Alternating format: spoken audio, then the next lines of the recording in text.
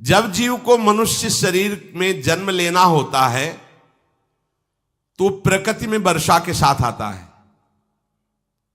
प्रकृति में वर्षा के साथ आया, और फसल में मूली, गाजर, गेहूं, अन्न, इनमें वो जीव प्रवेश करता है और उसे माता पिता दोनों पाते हैं। तो सप्तम धातु वीर के रूप में परिणित होता है जीव। वो वीर कण के रूप में माता के उदर में जब प्रवेश करता है तो एक रात्रि में मां का और पिता का, दोनों का वो जो वीर मिलता है, उस रज और वीर के मिलने से एक कलल सा बनता है। 5 रात्रि व्यतीत होने के बाद एक बुदबुदा सा बनता है। 10 रात्रि व्यतीत होने के बाद एक बेर की सी आकृति होती है। फिर उसके बाद उसमें धीरे धीरे मांसपेशियां बढ़ने लगती हैं। 1 महीने में उसके सिर निकल आता है, 2 महीने में हाथ पांव अंगों का विभाग होता है, तीसरे महीने में नख, रोम, अस्थि, चर्म, स्त्री पुरुष के चिन्ह प्रकट हो जाते हैं, 4 महीने में मांसादि 7 धातुएं प्रकट हो जाती है, 5वें महीने में चेतना जागृत हो जाती है। जैसे अपने चेतना, ऐसे 5वें महीने में गर्भस्थ शिशु की चेतना जागृत हो गई। जीव है पर चेतना 5 महीने बाद मां के गर्भ में जागृत। अब उसे भूख लगती है, प्यास लगती है, वहां की तापमयी जलन, पीड़ा, छोटे छोटे कीड़ों के द्वारा काटना, 6ठे मास में झिल्ली से लपटा हुआ मां की दाहिनी कोख में कीड़े की तरह तड़पता है। उस समय माता को कड़वे और खट्टे पानी की लालसा होती है, जिससे उसके अंगों में जाकर भयंकर जलन होती है। यह है भोग। वो कृमि कीड़े की तरह तड़पता है।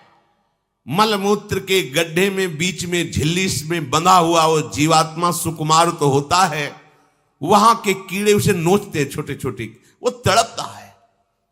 माता प्रसन्न होती कि जब बच्चा हिलता है, बोले है उसकी दुर्गति हो रही, वहां भयंकर कष्ट पा रहा है।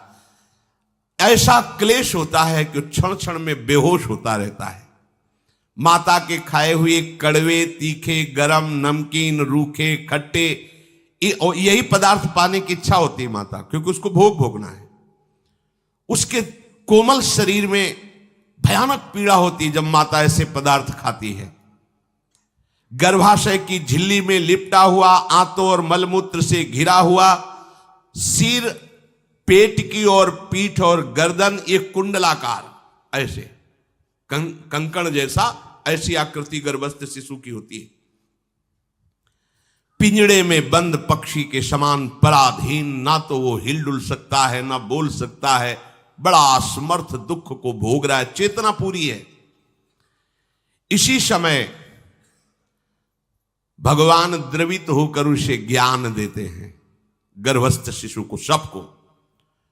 जे उसे ज्ञान होता है तो सैकड़ों जन्म के कुकर्मों से याद आते हैं, सैकड़ों जन्म के। ओहो, ये मेरे कर्म का ही फल, मैंने ऐसे कर्म किए इसलिए दुख भोग रहा हूं। बेचैन हो जाता है, कैसे निपट पाऊंगा, सैकड़ों जन्म के कर्म जमा है। अब महान अशांति उसके हृदय में, उस शरीर में भयंकर पीड़ा। कुंडलाकार शरीर है, हिल भी नहीं सकता है, बस कीड़े काटते, बड़ी तड़पन, बड़ी जलन, भूख प्यास की जलन। अब एक और भयानक जलन हुई, उसे स्मरण हो जाता है कई जन्मों के, सैकड़ों जन्मों के पाप कर्मों का। 7वां महीना आरंभ हुआ कि ज्ञान का उन्मेष हो गया। अब प्रसूति वायु उसे चला रही है, तड़पता है वो। सप्त धातु में स्थूल शरीर से बंधा हुआ वो जीव भयभीत होकर के पुकारता है, अगर कोई भगवान है तो एक बार मुझे यहां से निकाल दे। वो विनय करता है भगवान से, कोई अगर भगवान है जिसने मुझे इस बंधन में डाला है, एक बार निकाल दे, यहां से जाके केवल भजन करूंगा। जीव कहता, जंतुरुवाच तस्योपशन्नमवितुम जगदिच्छयात् नाना तनोर्भुवि चलच्चरणारविंदम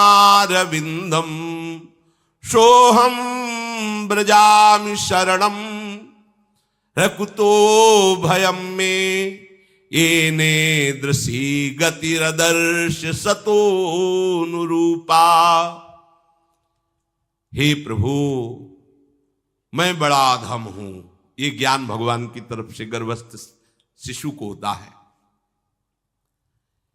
देखो, स्वयं वो इतना कष्ट पा रहा है, फिर जब आप गर्भ हत्या करते हैं तो आपका पाप कितना बड़ा होगा, सोचो।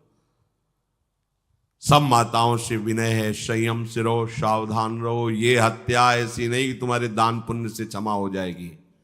ये जो भ्रूण हत्या है, गर्भ हत्या है, बहुत बड़ा पाप है। आप लोग अज्ञान के कारण इसको ध्यान नहीं देते, इसे खिलवाड़ समझते हो। कितना ज्ञान है। बेटी ही मां है, बेटी ही बहन है, बेटी ही पत्नी बनती है, बेटी ही किसी के जीवन को धारण करने वाली बनती है। और आपने गर्भ में देख लिया बेटी है, तुम स्वयं मां होकर उसका साथ दे रहे हो, उसका नष्ट करने के लिए। हमारी तो बात ही समझ में नहीं आती, क्या बुद्धि भ्रष्ट हो गई। अगर पुरुष का इतना महत्व है तो बेटियां ना हो